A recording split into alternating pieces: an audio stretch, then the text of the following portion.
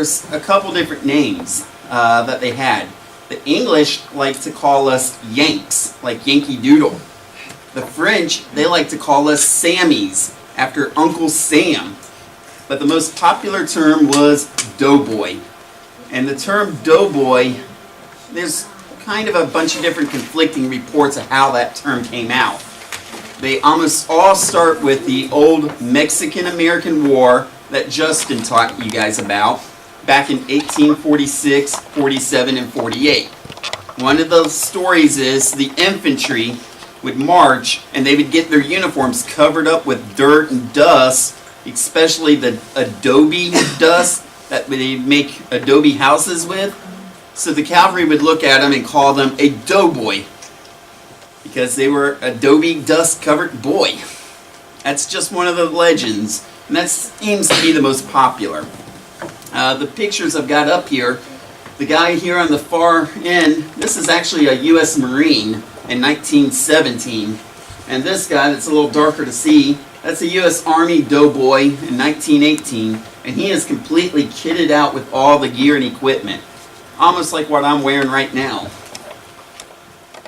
Now, I was telling you guys at the end of the time, the end of the class last week, when we declared war, was our country ready? We really weren't. At the time, our military forces was about 200,000 total. We had about 120,000 men in the regular army and about another 80,000 men in the National Guard. So we had a total force of about 200,000. In comparison to the European countries already fighting in the war, their armies were into the millions. So we just really weren't ready. We had to grow our military and grow it fast. The best way we could do this, Congress actually passed a law. They call it the Selective Service Acts of 1917. And it required every male citizen of the country to register for the draft. Originally, the age was anyone who was years of 20 to 30. They changed it a little bit later, and they changed it to anyone who is 18 years old to 35. This law is still in effect today. So all of you guys, and this only pertains to the guys, when you turn 18, you have to register for a draft. We haven't really had a draft in this country since the Vietnam War, and it's probably unlikely that we'll have to have a draft again. But 1917, we had to hurry up and get the Army. Well, we had basically three kinds of guys that join up. You'd have guys that would volunteer or enlist on their own, guys that were drafted, and guys who were already serving in the military. So they formed a new kind of army. This is the beginning of the modern day U.S. Army in World War I. And they broke it down into three different groups based on those groups I just told you. The first was called the regular army. These were the guys who were already in the military. Those 200,000 people I talked about. The next was the National Guard. Ideally, the National Guard was supposed to stay home and protect individual states. But they federalized the National Guard and said, hey, we need you for the big new army that we're making. The third was called National Army. Those were men that were drafted. And they formed them up into new regiments, into new divisions, and even into corps and army groups. And I'll talk a little bit more about the corps and the army groups later. Now, to lead this new army, they picked General Pershing, Black Jack Pershing, the guy I talked about last week who led the army chasing Pancho Villa in Mexico. Now, this is what was really interesting. He actually got a lot of people upset when he was appointed, and he was not the first person chosen to be the leader of the new army. It actually was going to go to a guy named General Funston, who was from New Carlisle, Ohio, just north of Dayton. Funston, however, had a massive heart attack and died in February of 1917, before we declared war on Germany and before he could ever actually take command. So this came to Pershing next. And Pershing at the time, he wasn't the highest ranking general. There were other generals who had been in the army longer than him, and had more rank, and he just kind of skipped over him, and it really got a lot of them upset. And there's a lot of controversy about General Pershing besides that, and I'll talk about it when I get to some of the battles. But one of the interesting things is at the end of the war, General Pershing was promoted a new rank. They gave him the rank of what was called General of the Armies, plural. That is equivalent to a 6-star general. And that was the highest ranking general ever in the entire United States Army. Nobody else has ever had that rank. When you get to World War II and you start hearing about all the big generals like Eisenhower and MacArthur, they're all 5-star generals, and technically they're under Pershing. Now in 1970s, Congress actually thought about this a little bit more, and they said, hey, there's one other guy we think that should have this rank, General of the Armies, but he's long, long dead, so we're just going to go ahead and give him that rank and title, but since he's dead, he can't actually do anything with the rank. Anyone want to guess who that was? George Washington, leader of the Continental Army. Alright, now that we've got this new army being built, and I'll tell you, just to give you an idea, we went in a matter of months, we went from over 200,000 men to about 4 million men. All because of people volunteering and the draft. So, now that we've got this big army, we've got to train. The ideal training regiment for a new American soldier was about 3 months of training here in the United States. Then they would go overseas and get about another 3 to 6 months worth of training overseas. We were not ready for this new war that I've talked about in the past with the machine guns, the poison gas. In fact, we didn't even have equipment like gas masks. We had to borrow British equipment. We didn't have enough rifles. We actually had to start building new rifles. If you guys come up to the table at the end of the class and look at this stuff, I'll talk a little bit about the rifles.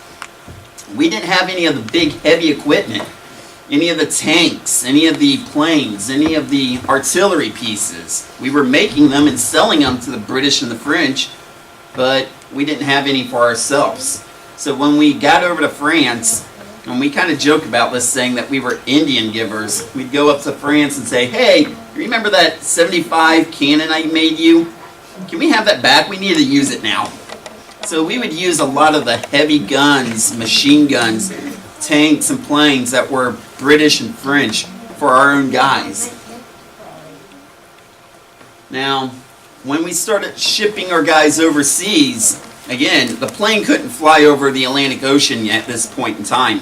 We had to actually load them in ships and start moving them across. The 1st Division, which they nicknamed the Big Red One, was the first guys that went to France. And they went over there in July of 1917. When they got there, they went over there with General Pershing. And there was a real famous story that they went to Paris. The French were excited and happy, and they marched all through Paris. And they went to this grave in Paris of the General Lafayette from the American Revolutionary War. If you don't remember who he was, he helped General Washington beat the British at the Battle of Yorktown, winning the United States our independence from Britain. Now, the story goes, when they got to Lafayette's tomb in Paris, one of Pershing's aides said to the tomb, Lafayette, we are here to pay back our debt to France, meaning that we are here to help France out, since France helped us win our independence. That quote actually got credited to General Pershing, but it was one of his men that actually said that. Now, again, as I was saying, we had to do more training. We had 3 months of training in the States, and then we had to do about 6 months worth of training over in France. We had to learn how to use machine guns. We'd had machine guns before. We used them in the Spanish-American War. We used them in Mexico in the Mexican expedition. But they're using new tactics, new ways to use these weapons. We had to learn how to shoot artillery. We had to learn to shoot rifles. This is something that Pershing did more than any other European army. He really emphasized on marksmanship with the rifles. So more American soldiers could shoot more accurately with the rifle than any of the other Europeans could. And that's something that would really help us out. We also had to learn how to fight in trenches. We've never dealt with trenches before. Now, on October 23rd, 1917, one of the artillery regiments of the 1st Division aimed a French 75 cannon in the general direction of where Berlin was at and fired. This was the first shot of the United States for World War I. We were now officially in the war. Again, the British and the French, they weren't quite sure about how we were. We were very young, we were very energetic and excited, ready to fight, where all the other countries have been sick and tired of all us fighting for all these years. They didn't think that we really would stomach the fighting. So they had this plan to introduce us to the war. They would send our boys to what they called quiet sectors and let them kind of just learn how the trenches were, learn how the war was being fought without worrying about a massive attack or anything. Now, while we were in these quiet sectors, it was on the night of November 3rd and November 4th, the Germans launched an attack against our guys, the 16th Regiment of the 1st Division.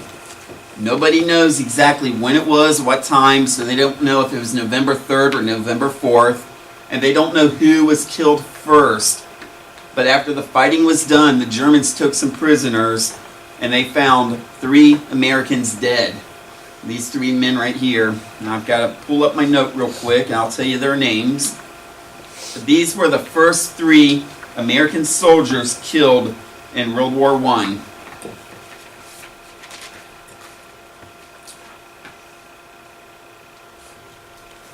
Okay. Where's one?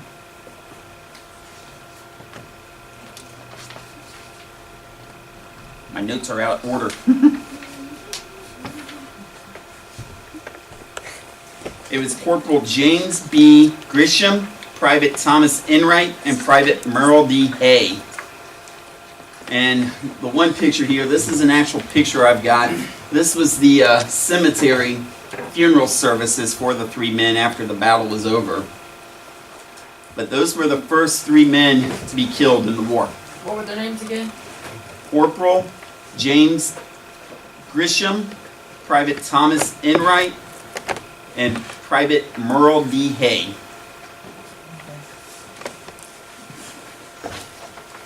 Now, here's one of the biggest problems. When we finally got into the war, President Woodrow Wilson said the reason we were getting in the war was to make the world safe for democracy. Well, there was a problem with that.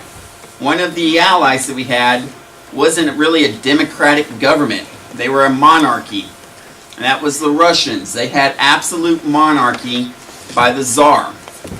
Well, in 1917, just before the United States got into the war, Russia had some problems. A lot of their soldiers were not armed. They were starving.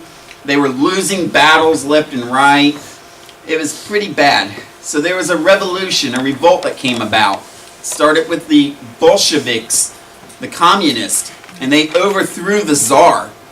And Russia just kind of had so many of their own problems that they couldn't continue fighting the war. Was part of the 2nd Division of the Army and was actually reporting to the Army. They launched an attack at a little place called Belleau Wood. Again, completely caught the Germans off guard and shocked them. The Marines were so fierce in their attacking and fighting that the Germans nicknamed them Teufelhonden, which is German for devil dog. That term has stuck with the United States Marine Corps to this day. They call Marines devil dogs. And again, this was some fierce hand-to-hand fighting.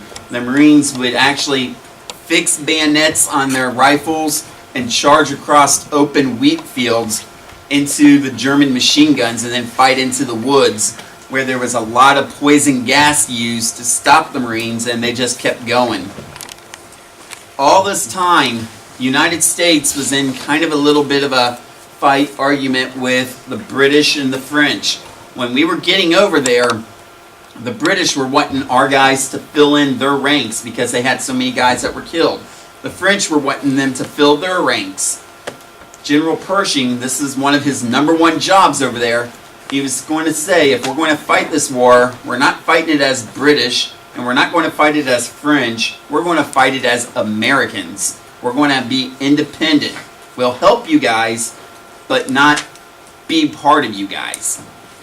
Well, the entire time this was going on, in these early battles I've been talking about, the Americans were still fighting under British and French orders and commands.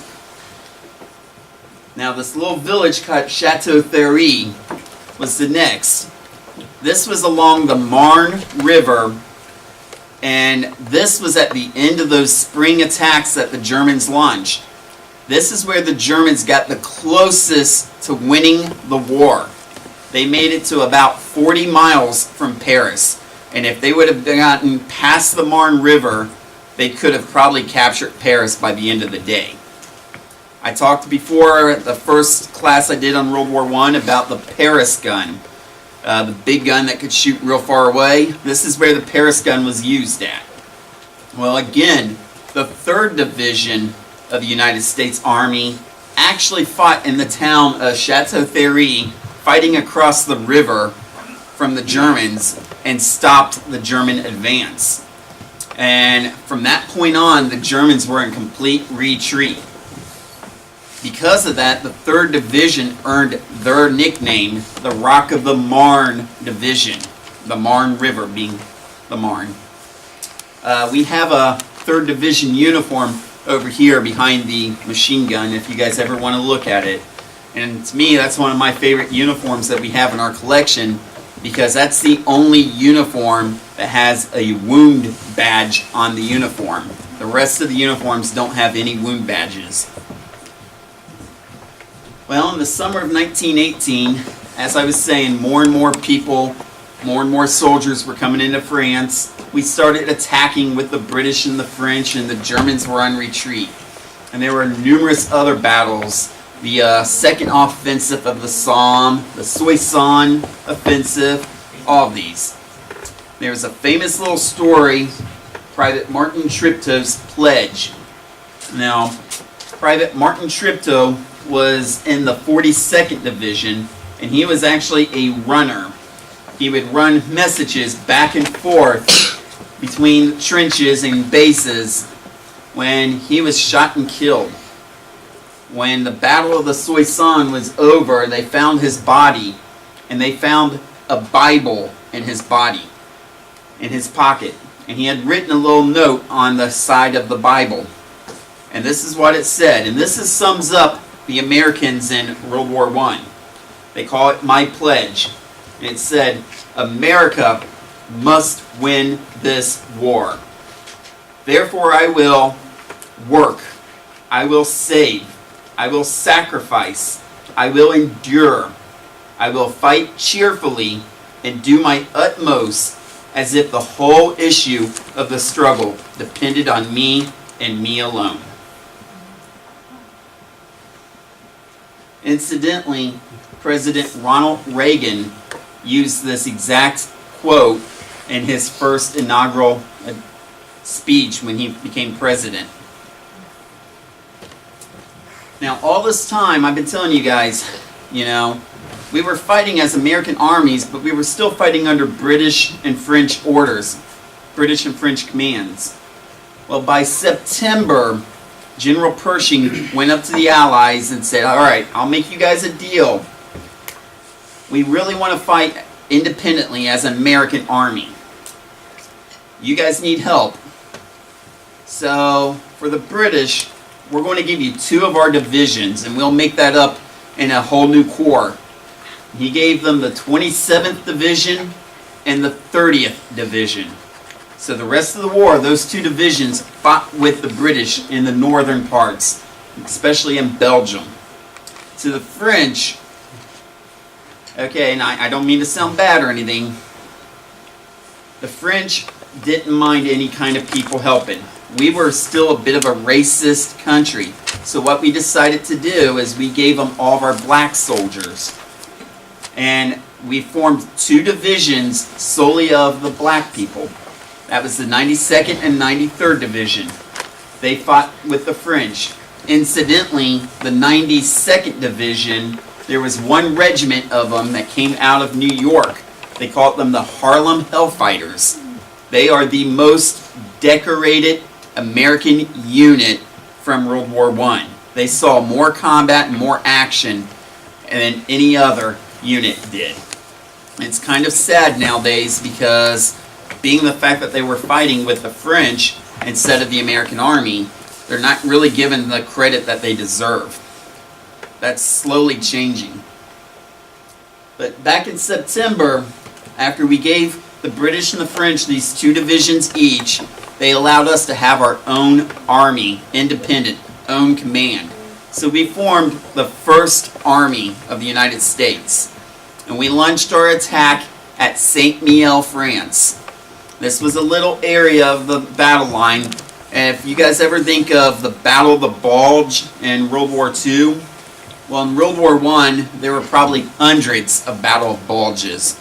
This is one of those bulges. They call them a salient. What we did is we drove the Germans out of the salient, and we actually accomplished all of our goals and pushed the Germans back where we wanted within 3 days. No other military in the Allied forces had done that before. We were so successful at Saint-Mihiel that we were getting close to the German border, and there were many soldiers who were wanting to go on and invade Germany and take the fight out of France and into Germany. But instead, General Pershing kind of made another deal.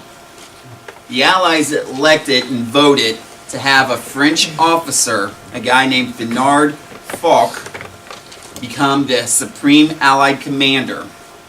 And he was going to be in charge of all the Allies and kind of come up with the overall battle plan and then tell the generals, and then the generals would come up with their own battle plan to support his. His first orders were attack. Attack, attack, attack, everywhere. So the British started attacking at Ypres and in Flanders along the Somme with the 27th Division and the 30th Division. The French started fighting all in the middle of the field. The Americans, well, we had to stop suddenly from Saint-Mihiel and go support the French and the British. And we moved just northwest of the town of Verdun. You've heard me talk about Verdun. And we launched our attack in what was known as the Meuse-Argonne. This was the Meuse-Argonne offensive. Now, you can kind of see here in this map, here's the town of Verdun. There's the river that runs next to it all the way up.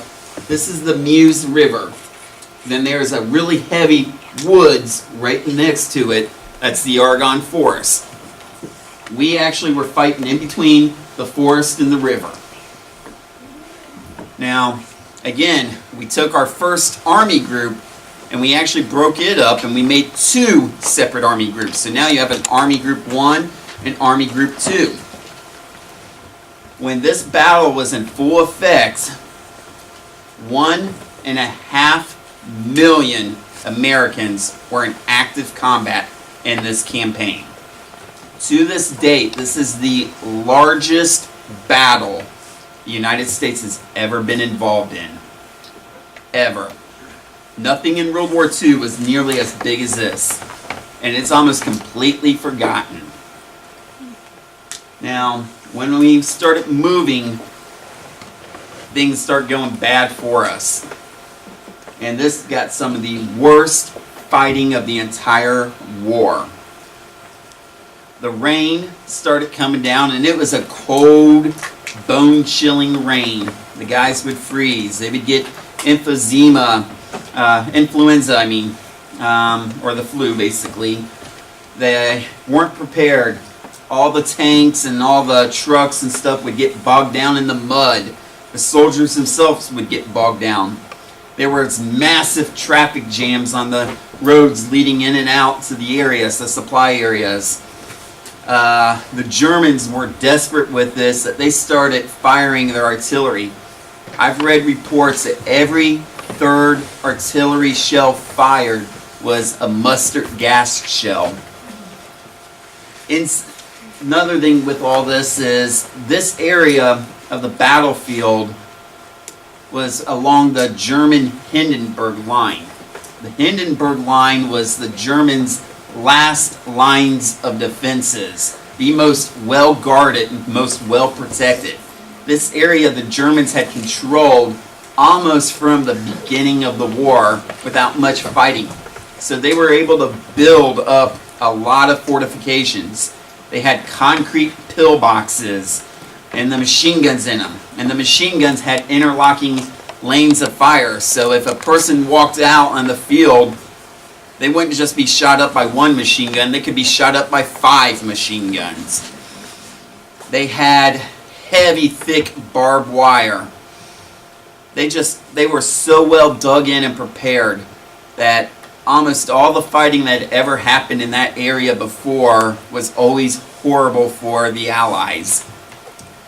Our main purpose and goal in fighting here was to send the Germans, make the Germans send more and more reinforcements. Well, those reinforcements would have to come from somewhere, so they would be coming from other places, other battlefields. It was due to the heavy fighting in the Meuse-Argonne that the British were able to breach the Hindenburg Line at a little place called St. Quentin Canal. Once they were able to breach the Hindenburg Line, there was no German army between them and Berlin. This was where we were getting ready to win the war. This is also in the Meuse-Argonne where you have some of the most famous stories for the United States come out of World War I. Stories such as the Lost Battalion and the exploits of Sergeant York. The Lost Battalion, and the guy over here, this is Major Charles Whittlesey. He was the commanding officer of the Lost Battalion. They went into the Argonne Forest in an attack, and they were told that the French were on their left side and there were more Americans on the right. Well, the Germans pushed the Americans on their right and the French on their left back and completely surrounded them. They held out in the woods all alone for about a week. There were about 500 guys that went into the woods. We were trying to desperately to go help them, rescue them. Anytime we would send them extra equipment, extra bullets and food, the Germans would capture it.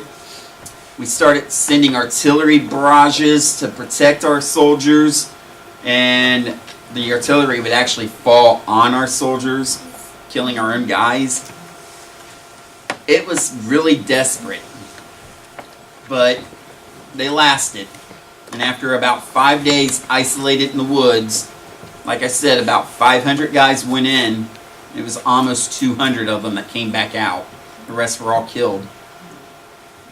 To help relieve the Lost Battalion further in the north of the woods, the 82nd Division launched an attack.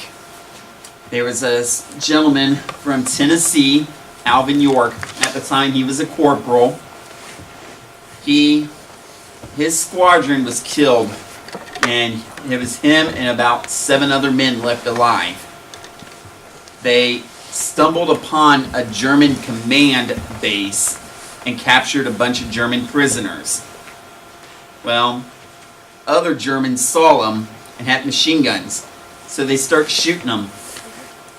York told the rest of his men to stay there and guard the prisoners, and he by himself crawled all the way up open ground, running from tree to tree, shooting at these Germans. He single-handedly took out 32 German machine gun nests, and he killed 28 German soldiers. Because of how he was doing this, and the German officers saw that, they finally told him, hey, if you quit killing our guys, I'll get our guys to surrender. He's like, all right. So they ordered. Before you know it, Sergeant York captured 132 German prisoners by himself, single-handedly. Because of this, he was awarded the Medal of Honor. In the 1940s, there is a famous movie made about this starring Gary Cooper called Sergeant York. And it's one of my all-time favorite movies. But that's Sergeant York over here on the end.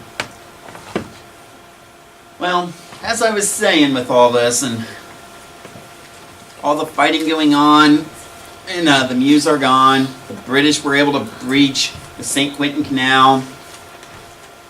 Things were getting really bad and desperate for the Germans. So they decided before we lose this war outright, we're going to ask for a peace treaty and call it quits. So they actually sent a delegation to meet with the Allies and request an armistice, which means an end of fighting, a ceasefire. They met at Copenhagen. Is it Copenhagen? I need to read it to know what you're trying Yeah, to say. I'm butchering the pronunciation, I'm sorry. But a little town in northern France, and they met inside a train car, and they agreed upon an armistice between the sides. They signed the armistice at 5 o'clock in the morning on November 11th to take effect at 11 o'clock that day. That way it would give 6 hours to let all the soldiers in the battlefield know at 11 o'clock stop shooting. It was going to be the end of the war. Now some of the British and the French, they told their men, stop shooting, the end of the war is only 6 hours away. A couple of the Americans were kind of wanting that last minute dash of glory. So they kept ordering attacks and attacks and attacks all the way up to the very end. Now, this is one of the saddest stories I've ever heard. Sergeant Henry Gunther, he was in the 79th Division. He was attacking a German position. It was a machine gun bunker at a crossroad. He fixed his bayonet, ran out and across. The Germans in the bunker knew that the war was going to end at 11. They tried telling him, go back, go back. He kept running. They're still yelling, go back. He took his rifle and started shooting. So the Germans took their machine gun and started shooting back at him. They hit him and killed him, and he fell. I've heard arguing different reports of exactly when it was. Some people say it was just 1 minute before 11 o'clock. Other people say it was actually 1 second before 11 o'clock. Sergeant Henry Gunther, however, is the last official soldier killed in World War I. He was the last American and the last soldier, period. After Henry Gunther was killed, the armistice took effect and the end of World War I began. Now, I've got to make something clear real quick. When they ended the war, the armistice was just an agreeing, hey, we're not going to fight anymore. It's a ceasefire. We actually still need to have our politicians talk to each other and work out a peace treaty. Well, in 1919, and early in the year, in Paris, they had the Paris Peace Conference, where they drew up the Treaty of Versailles. I'm going to talk a lot about the Treaty of Versailles next week for next week's class. But that is what most people will say ended World War I, the Treaty of Versailles. Incidentally, the United States, we didn't ratify and agree to the Treaty of Versailles. So we had to actually seek our own peace treaty with Germany afterwards. And it wasn't signed until 1921. So we were technically still at a state of war in World War I with Germany until 1921, although all fighting had ended on November 11th, 1918 at 11 o'clock. The way you can always remember it, it is the 11th month, the 11th day, the 11th hour. In remembrance of that incident, that occasion, the 11th month, the 11th day, the 11th hour, they made it a huge holiday. It's still celebrated all over the world. Over in Europe and England and France and Canada, they call it Remembrance Day or Armistice Day.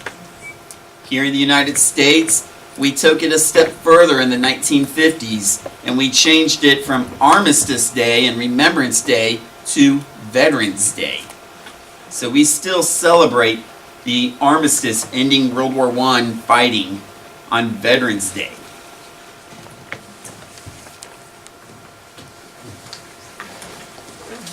Now, that's really all I have for the PowerPoint today. Like I said, I've got some donuts that I brought. I've seen you guys eating on them. Tell you about the donuts again. That's the Salvation Army recipe.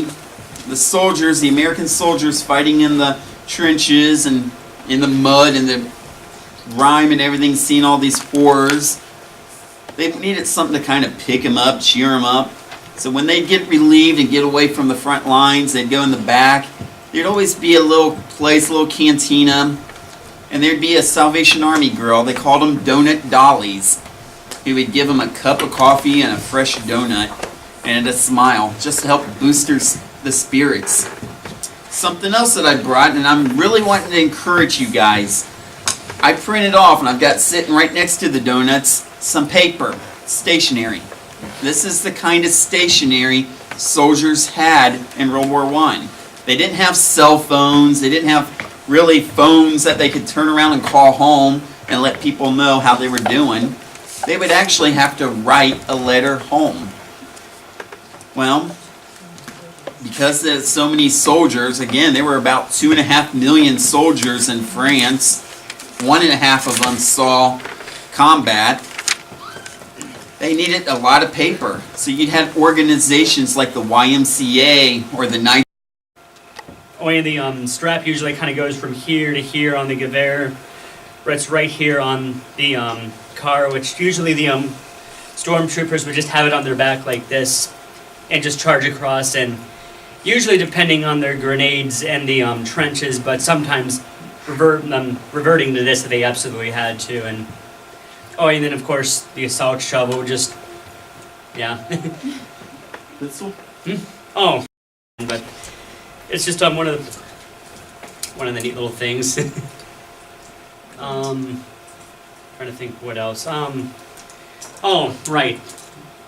And then also everyone had their tags. Depending on the war, depending on what period and when the soldier entered the war, you might see different tags. Like this would be more of a light war tag. Original tags are just, they were discs like this, but this one you can break off. Because also before trench warfare came about, wars were quick. They were quick business. Battles were usually quick business and never prolonged. So usually if someone died, it was expected that you could go and recover the body. With First World War, trench warfare, if you're out in the middle of no man's land, not so much. So this actually breaks away, like the top and the bottom. It's the same concept of dog tags today. Like you take one half of it has all the information you need for the person, and that way you know what became of them, and you can notify next of kin. And one tag would stay with the body, and yeah, one would go to the graves. And with German soldiers, this right here, the cord is red and yellow. Most of the time it was white and, let me think now. What did my original one look like? It was like either white and black or white, red and black. The German army, even though Germany was all one country, there were still different duchies and kingdoms that were kind semi-autonomous. So when their armies mobilized, they still kind of retained some of their autonomy, which the impression I do is out of Baden, Germany, which these are the colors. Same with the ribbon right here. You've probably seen some World War II shows or whatnot with where like a German soldier's wearing like some sort of a ribbon right here. Usually is like white, red, and black. Did it like for a medal. that's the same with this, but this is like to signify like it's from Baden. I don't know, I could go on and on, just Why do you do the German soldier? Are you from Germany? no. Interesting question and long story. I started out always just liking World War II when I was a kid, and I just started just studying Germany for some reason, and then it just eventually moved to World War I because it moved to, okay, well, how did we win, to, okay, well, how did they lose, to how do they start, and then it's just like, okay, I have to go even further because it's just like, even on World War I pretty much had everything to do with how to start it. It had everything to do with how Hitler and everything rose up. Like when he goes over the Treaty of Versailles next week, like it's a lot of the conditions pretty much, they just kind of sowed the seeds of hatred for some of the people, like Hitler especially, and he was just able to eventually tap into that anger, and yeah. And it's just, and then I just got to do this through a buddy who also does German. And he just told me one time, was like, hey, I do this, do you want to come out sometime? And I just, yeah, and then here I am today. No, we kind of have a joke saying in reenacting, somebody's got to be the bad guys. You know, ours is, why would you fight for the Allies and you can fight for the good guys?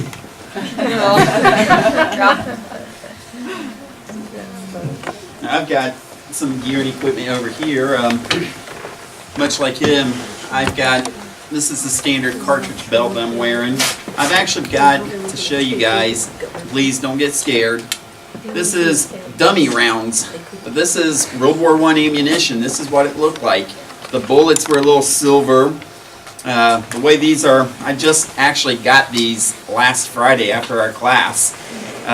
They have no gunpowder or anything in them. That's why they have holes drilled in them so you can see. I can load these up in my rifle all day long and never have to worry about them shooting. But this is what original World War I ammunition looked like, and these bullets are actually dated 1918, which I'm excited about. I've got my gas mask up here. American soldiers, they had two ways that they'd wear their gas mask. They would have it at what they call the carry position, which was slung across their shoulder and carried on their left hip, or they'd have it at what they call the ready position, which is up here high on their chest. And the idea is so that you can get the mask out quickly and put it on. When you put these masks on, they're hard to breathe in, they're hard to see. They fog up. Yeah, the lenses fog up. You drool and slobber like you're a giant dog. So you do vomit if you're actually with real gas. Yeah, there's I forget which side, but they developed one gas where like they fired it right before they fired their actual gas. It was made so that they would vomit and have to tear up their masks, and then they sent it. We thought of a lot of horrible stuff during the war. And you had that delay where they thought it was over. They take the Yeah. mask off and then Yep. the whole main part of the gas. I've got my, this is a haversack pack, and you would see soldiers wear them sometimes when they're in heavy combat. They would drop the pack. Inside it, you would carry your mess kit. You would carry one half of a shelter one half of a tent, a blanket, and all your rations. I've got up here some of basic rations. This is what they call a bacon can. You carry bacon in it. This is a condiment can. It actually has 3 different compartments. You'd have salt in the one lid, sugar, and then you'd have coffee in the other. Of course, I've got some personal effects. One thing that happened big with us is because there was so much hand-to-hand fighting in the trenches, you'd see a lot of really scary looking knives and clubs. This is a 1918 trench knife. This is an original one. And if you look at it, it's got a triangle shaped blade. So it can't really cut. It's great for stabbing and piercing. And the idea with that triangle blade is these uniforms are real thick, heavy wool. So this would be great to pierce right through it. They're illegal now because they can't be stitched up. Correct. Well, late 1918, they changed them because that knife's not real practical for cutting. So they'd make one that actually can cut. And again, this is an original one. This is called a 1918 Mark I. And again, to make it fierce, they put brass knuckles on it. This is an original one. The one I've got on my belt here is actually a rubber knife. That's what we use for reenacting. I talked a little bit about the weapons. This right here, this is the standard battle rifle of the Americans. This is a 1903 Springfield with a 1905 bayonet. Well, this is kind of a misconception. Almost all the pictures of doughboys you see, this is the gun that they carry. And everybody thinks that this is what all the doughboys carried. Well, when we went to war, like I said, we had about 200,000 men before we grew our military. We only had about 200,000 of these rifles. Now all of a sudden, in a matter of months, we have 4 million men, but only 200,000 rifles. We have a problem. So what we did, the United States gun factories, Remington and Eddystone, was under contract with the British to make a new rifle for the British. We liked that rifle, and we said, hey, let's make a couple minor changes and let's make it so you can carry American ammunition in it instead of British. And they dubbed that the 1917 Enfield rifle. This is my personal rifle right here, and this is what 3/4 of the American forces in France actually carried. And something really neat about this rifle too, almost all the other rifles carry about 5 bullets in it. This can actually carry 6. So it gives me 1 extra shot. Something else, and this is one of those funny things. This is an 1897 shotgun, and they call this a trench gun. The gun is actually made so I can put the bayonet that's on my side here, the same bayonet for that last rifle, can fit on this. Now, we didn't use it too much, but we did use these shotguns in the trenches. And this is what's really funny. This gun was so effective in shooting and killing the Germans filed an official complaint saying it was inhumane. This is coming from the country that first used poison gas, and they're complaining about a shotgun. Well, it got so bad. Like that. It got so bad that the Germans basically said, if we capture anybody who's got a shotgun, we're going to kill them immediately. We're not taking them prisoners. We actually had a similar weapon like that. There was a bayonet. Yes, the Standard butcher bayonet looks like this, or sometimes longer, for like if it's like a regular size rifle. But the Germans started to make one bayonet where it's like kind of looked like a Bowie knife. It was just jagged edge on the back, and it was called a sawback. And yeah, there is no exact story on what the Allies did to the Germans, but it was grotesque and horrible enough to make the Germans kind of just any chance they got to just throw them away. So yeah, but yeah, all sides had grotesque weapons and.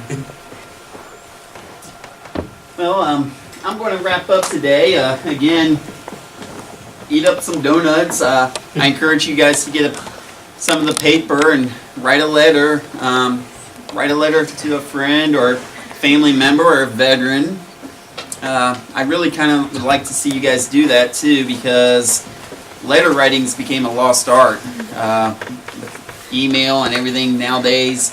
So to actually write a handwritten letter to somebody, that's kind of special sometimes. And people who get those actually really like them. So, Do you have names of local veterans and addresses that they could grab downstairs? we have names of veterans. If you want, you can send them here to the museum and we can get them to the veterans.